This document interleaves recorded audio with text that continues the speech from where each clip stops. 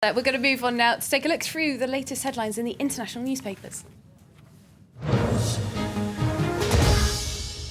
With us in the studio to look through the international press is Florence Villeminot. Hello there. Hi, Catherine. We're going to start off with some big news. President Hassan Rouhani at the United Nations making his debut on the world stage. That's right. It's getting a lot of attention in the international press. And, well, some papers are actually kind of poking fun at it. Let's take a look at a cartoon in the International Herald Tribune today, which actually pokes more fun at Obama for his Middle Eastern policy. If you look at the cartoon here, you can see Rouhani there addressing the General Assembly. And he says, Iran is willing to talk rather than face the wrath of an Obama red line. Ha, ha, ha. And there he's thinking to himself, always start a big speech with a joke. Okay, you're not slapping your thigh funny, but nice to see people taking a lighter side all the same.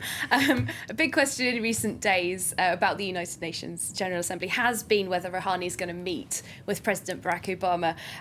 Seems like that meeting hasn't taken place and it's not going to. That's right. Well, according to a lot of people in the Obama administration, it's actually the Iranians themselves that don't want this meeting to take place for political reasons, internal political reasons. But The Independent says this might actually be for the best. It's important to tread carefully here. There still remains a great deal of hurt between Iran and the U.S., as well as a gulf of understanding. There's a huge risk of misunderstanding between the two countries. The stakes are so high that it would be foolish to rush into things, according to The Independent. So baby steps there. But the Wall Street Journal is a lot harsher about this and says that the fact that this photo op didn't take place, well, it's a real diplomatic humiliation for Obama. It says that in the lead up to this potential meeting, the lights were turned down low, the mood music was turned up. All this makes Rouhani's snub all the more potent. Obama should get the message. He's just not that into you. All right, a harsh message there.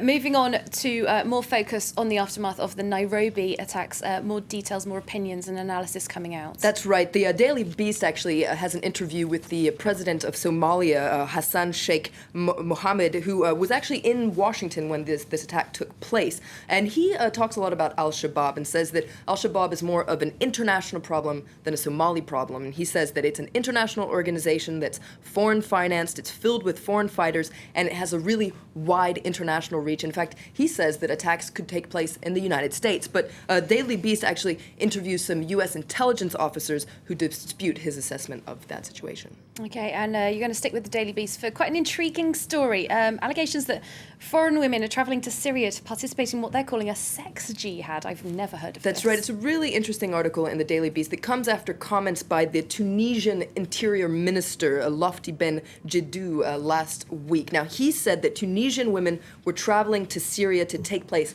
in this so-called sexual jihad. Basically, these women, allegedly go there to boost morale within the rebel ranks and come back to Tunisia pregnant. Now, the Daily Beast interviews various people, various sources in Syria who say they've never heard of such a practice, as well as some human rights activists who say this actually sounds a lot more like propaganda coming from the Tunisian interior minister, perhaps for some of his private political agenda. Very intriguing indeed. The deadly earthquake in Pakistan getting a lot of attention, especially, of course, in the Pakistani press. That's right. Dawn focuses on the fact that this 7.7 magnitude earthquake actually was so powerful that it created this island here off the southern coast of Pakistan. The Nation, another Pakistani paper, is very critical of the government. It says that quick help should be dispensed, but rescue efforts are far from satisfying, and there's no plan of action to rehabilitate those who have lost either their houses or their businesses, and all this could play into the hands of separatists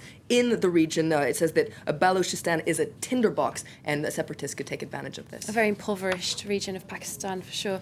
Finally, something quite a lot lighter. The former US President George H.W. Bush was a witness at a wedding over the weekend, but perhaps not a wedding that you might expect him to attend. That's as right. Rather conservative. That's right. Gentleman. It was a same-sex wedding, and you can read all about it in Slate. Now, this might raise some eyebrows within the Republican Party. This is Bush Sr., so he was the official witness at the wedding of Bonnie Clement and Helen Thorgilston, and in fact, they put a photo on Facebook where you can actually see him signing the couple's marriage license. congratulations. There's Bush Sr. with his mismatching socks, you might point out. But there he is signing their official license and congratulating the happy couple. But as I said, people within the Republican Party might be a little bit more upset about this. Perhaps opening the door to a wider Republican endorsement of same-sex marriage. We'll just have to wait and see. We'll have to wait and see. Thanks very much, Florence Villemino there, with a look through the international papers here on France 24. Do stay with us. We're taking a very short break here on Live from Paris. But coming up in sport, the finale of the America's Cup. And in focus, in the 1980s, the Solidarity movement spearheaded Poland's breakaway from the Soviet Union. A generation later, our correspondents have been finding out why its members are continuing their fight for workers' rights, but why not everybody agrees.